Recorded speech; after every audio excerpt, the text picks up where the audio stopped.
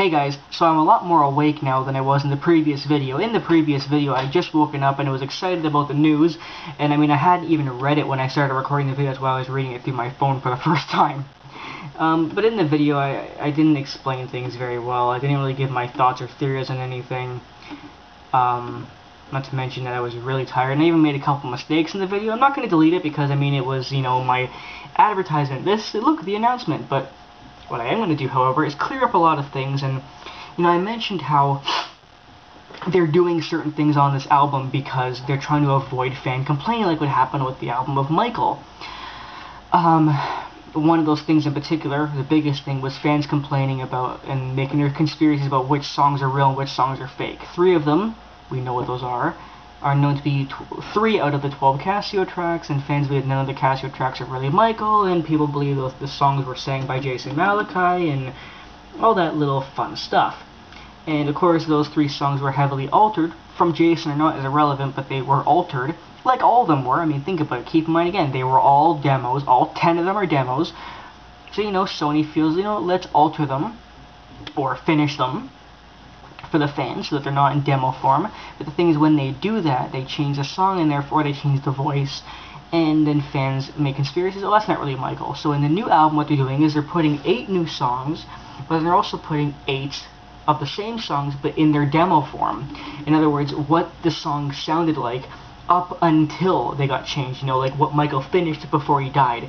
And then Sony and Timbaland and all the producers, not Teddy Riley, sorry, the other producers, L.A. Reid and all them, then what they do is they finish the song however way they want, and they're going to put 8 again. So as far as, you know, what the CD is actually going to have is going to be in 3 discs, I believe. One disc is going to be the 8 demos. The next disc is going to be the 8 same songs, but in their, you know, finished form. And then there's also going to be 2 videos. Chances are it's going to be CD, and DVD.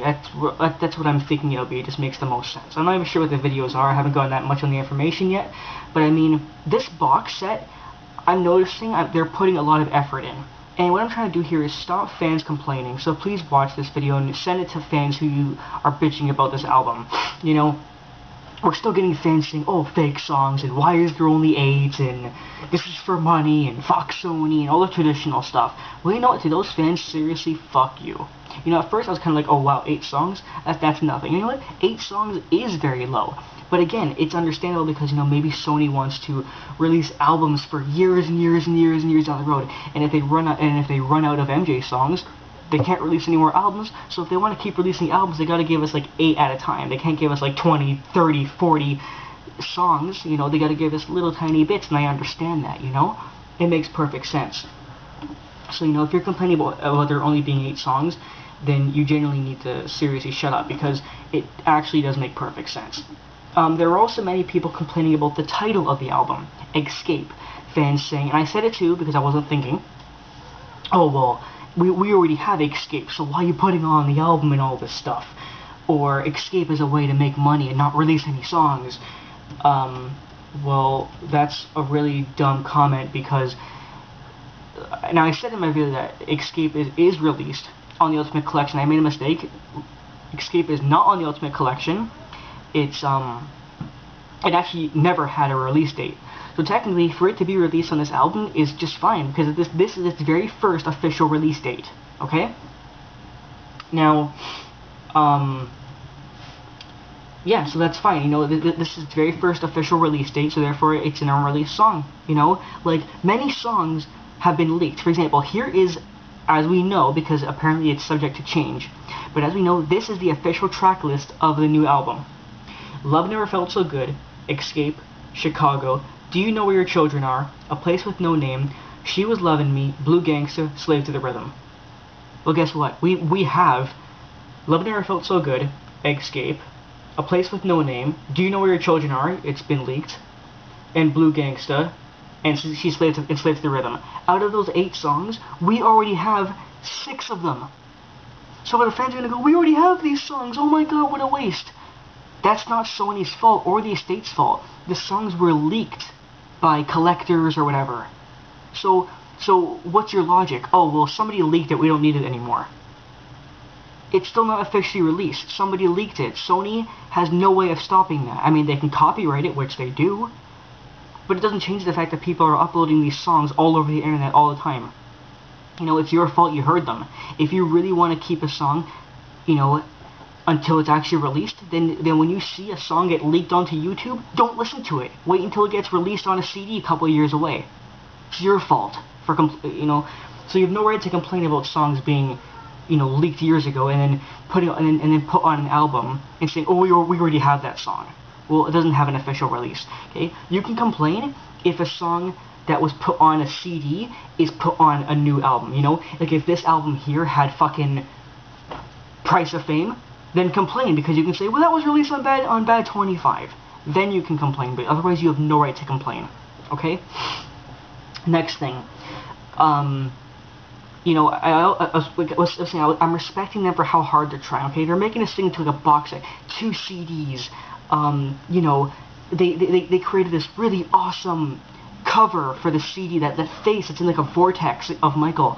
A really cool image. You know, they're going back to the traditional ways of naming CDs. You know, they're naming Xscape. You know, Off the Wall, Bad, Thriller, Dangerous, History, Blood on the Dance Floor, Invincible. You know. I mean, they did. Now, one mistake was they're like, Michael always picked one word for his CD names: Off the Wall, Blood on the Dance Floor. So no, Michael did not always use one word, but I do see what they're doing. They're trying to go back to the traditional thing of using the main song or the single as the name of the album, sort of thing, or the thing that kind of emphasizes the idea. For example, Xscape, and it's showing him halfway in a vortex, kind of like coming out of it. I guess that's the Xscape right there. Oh, also for the idiot fans who are gonna go, oh, that's a metaphor for him coming back to life. Seriously, fuck you. Don't even start. If you write a comment, you will be blocked. Okay, I won't block you, but oh god, you will get penalized. You will get made fun of severely if you try that. But anyway, moving on. Again, I just want to say that I'm happy about how much effort they're putting in, and I mean, I know no matter how much effort they put in, fans will still complain, because that's what fans do. You know. And even with this video I'm making right now, trying to stop fan complaining, fans are still going to complain in the comments, probably, but I'm going to try my best. You know, appreciate this album, okay? Sony is involved. It's by Epic Records, which is Sony. So Sony is involved, but you know what? And yeah, fans are complaining, saying, why is Sony involved again? Well, guess what? Let me ask you a question. Would you rather AEG makes the album? I didn't think so. So you know what? Sony, I hate Sony too. I don't like Sony. They're assholes, but you know what? Obviously, Sony is finally getting their act together. Okay, with Michael, they fucked up big time. And they also fucked up in the early 2000s with Michael too. But you know what? I think they're actually trying this time, you know? 8 new songs. They're putting the demos in there to avoid fan complaining. They're putting bonus songs like the Hollywood Tonight demo. And they're also putting videos on it. You know, they created a real name for it. They created a really awesome cover. They're putting it as Michael style. They are, you know, what else are they doing? They brought people to work on the album that Michael either liked, was planning to work with, or actually did work with. So, what's your complaint? There's no complaints this time. You cannot complain about it this time. The people working on the album, like Timbaland and the others, those are all people that Michael either worked with or wanted to work with. These are people who actually know what Michael wanted, so therefore they're going to bring their experience of working with Michael, or their knowledge of Michael, like Timbaland, to the album. You know? There's no Casios anymore in this, and I know Casio is a big thing. There's no Casios. It's not solely Sony fucking things up. This isn't done for money. Okay?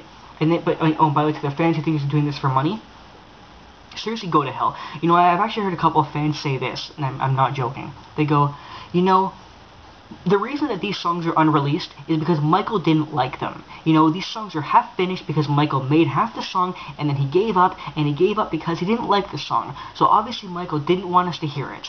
And if he doesn't want us to hear it, then Sony has no right releasing it. You're an idiot.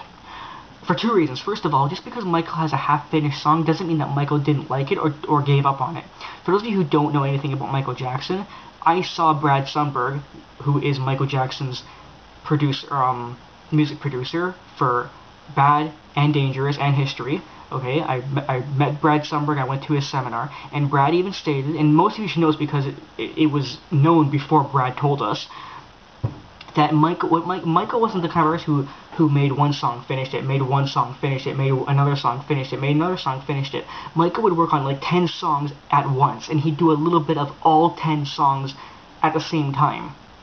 So Michael never finished a song and then moved on. Finished a song and then moved on. No, he didn't do that. Michael would work on like 10 songs at once. And when you do that, it's very easy to become unorganized and messy. So maybe that's why there's so many unreleased songs. I mean, Michael has songs that have 2 seconds done. Like 2 seconds. Michael has full songs with no ad-libs. Michael has half songs. Michael has just lyrics. Michael has just music with no lyrics. You know, Michael was always doing a lot of different songs, you know, with 2 words written, or 1 verse written, or just the chorus done, or no lyrics done at all, or full lyrics but no music done. Michael was like that. Michael was like that. He liked to work on things a lot. So you know what? That doesn't mean that Michael per se gave up and didn't like it anymore. He just didn't get the chance to finish it, or he thought, you know what? This song's good, but I'm gonna finish that song because I think the fans will like it better. You know? And on top of that, even if that's true, here's the second reason why you're stupid. Even if that's true, if Sony never released any of Michael Jackson's unreleased songs, you idiot fans would be saying, oh, well look at Sony. There's like 400 unreleased songs from Michael's life and Sony's just going to keep them locked away, never let us hear them. No matter what, you're going to complain. If they release the songs, you're going to say they're ruining Michael's legacy. And if they don't release them, you're going to say they're keeping them from us. So you know what? Get your head out of your fucking ass. Seriously. I'm so sick and tired of this. Stop complaining. There's already fans complaining about this. You know? There's no reason to complain here. Sony's doing it right. They're creating an awesome box set. The songs are really good. None of them are Casio tracks. So you know what? If you're going to complain, fuck you, you stupid fanatic. This is an awesome project. And the people working on it are people that Michael either respected, liked, or worked with in the past. And again, like I said about Sony working on it, well, you know what? At least it's not Warner Bros. Or AEG or some other company that fucked with Michael. Sony may have fucked with him, yes, but Sony, you know what? Sony, they are the ones who have the catalog. You know, they have all of his music locked away. So you know what? Deal with it. Because I genuinely believe that Sony and the other producers are actually trying this time. And are trying to shut you idiots up. So this is going to be an awesome project. I look forward to hearing the 2 songs that I don't know. And I'm also looking forward to hearing the other 6 in their new style. Yes, I am. I might do a review when all 8 come out, but I really don't care to. All I want to say is that no matter how these 8 songs sound, and whatever bonus they put on, enjoy it for what it is. Because you know what? A lot of fans are greedy. You know, a lot of fans seem to forget how much has been released since he died. Look at how much has been released since he died. This album, Immortal, Bad 25, This Is It, and Michael. He died 5 years ago, we have 5 albums. There's basically been an album every single year. We're getting a lot of stuff. And before he died, and after 2000, we also got Invincible, Number 1s, Ultimate Collection, Thriller 25. Between 2000 and 2014, we got 8 fucking albums. Be grateful, selfish brats. For the record.